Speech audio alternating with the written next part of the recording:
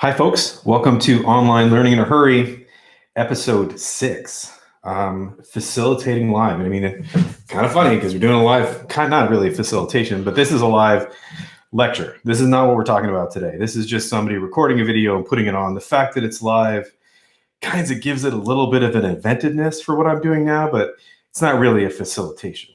This is not really me teaching or engaging with people or interacting. This is just me going blah, blah, blah, which has its uses, has its purpose, for sure. And particularly if you're making a short video, recording it makes sense, right? And doing this kind of approach when you're doing 5 minutes, hard to have an interaction in 5 minutes on the internet. But if you are going to do live facilitation, I've talked to people who are doing engagements where they're trying to have students facilitate and then have other students comment on the facilitation and interact and all that stuff. Well, there's a couple of things you can do right at the beginning of this to make your life an awful lot easier. The first thing is just build in the time. Build in the extra time to have some technical difficulties. Start 15 minutes early. Set your time for your live facilitation 15 minutes early. Get people in there. Get them comfortable. Do your pedagogies of care work. Say hi to people. Have people say where they're from. These things they're not pedagogical in the sense that people are learning, but making people feel comfortable makes them way more prepared to participate. Right? So just take that time, build it in. You can use the time to, I was talking to some business profs yesterday and I was saying, you know what? These are professional skills that they're going to need. I was talking to the social work people and I was saying, this is a really great time to make those care connections that are so important in relationships. Same argument, different audience. But at the end of the day, taking that time at the beginning to get all the technical stuff sorted out and all the people stuff sorted out is well worth your time, because you don't want people coming in halfway and not knowing how to interact and stuff. So take that time at the beginning, first thing. Like with all other teaching, you have to establish a social contract, right? So when you're teaching face-to-face, by the time you're in university or by the time you're in grade 8, kids, students, learners have an idea of what it means to participate in that environment.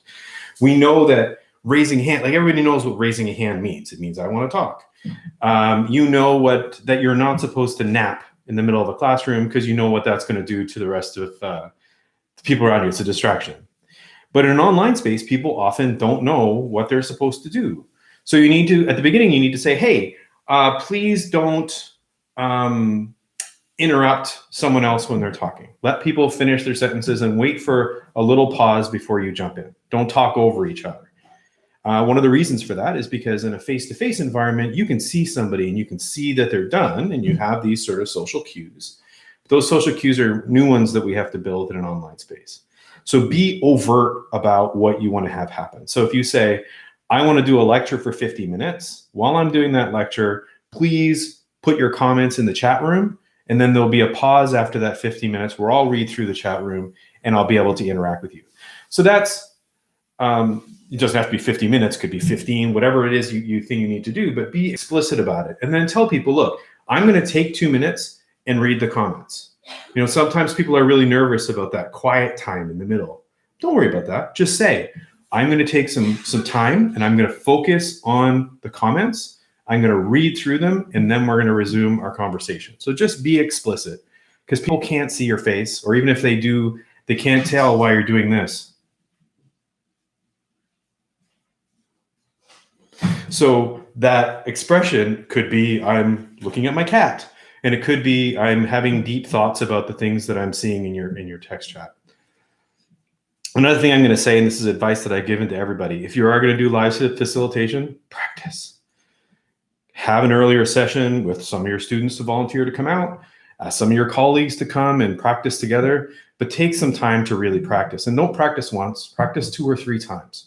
It doesn't have to be for 2 hours, could be 5 minutes, but just getting used to getting in, turning things on, letting someone speak, doing that social contract work where you're being explicit. That's all stuff that you have to practice.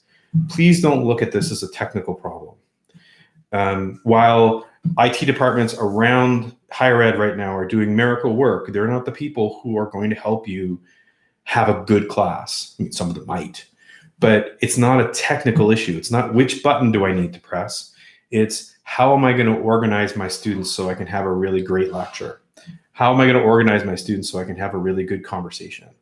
right? And that's about being explicit, about sort of getting in your head what you're going to try to do, and then go ahead and do it. And the last piece of advice is the exact opposite of that, which is just live with the unexpected, right? There are going to be things that are going to happen you're not going to know. Just say it out loud. Wow, I'm surprised what that is. I'm not sure what to do about it. We're just going to have to take a second and try to fix it. Be honest with the challenges and roll with the punches. Sometimes the presentation isn't going to work just the way you want it to. Well, you know your material. Just go with it anyway. Start another discussion. Roll with what the technology gives you. And remember, at the end of the day, live facilitation is about waking up people's minds and about giving them a chance to learn as a community, to have that group experience, allow them to make new connections in their mind about their work, about themselves.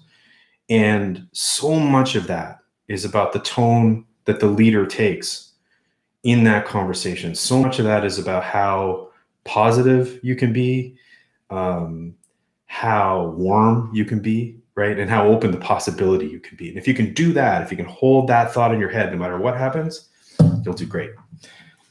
See you tomorrow.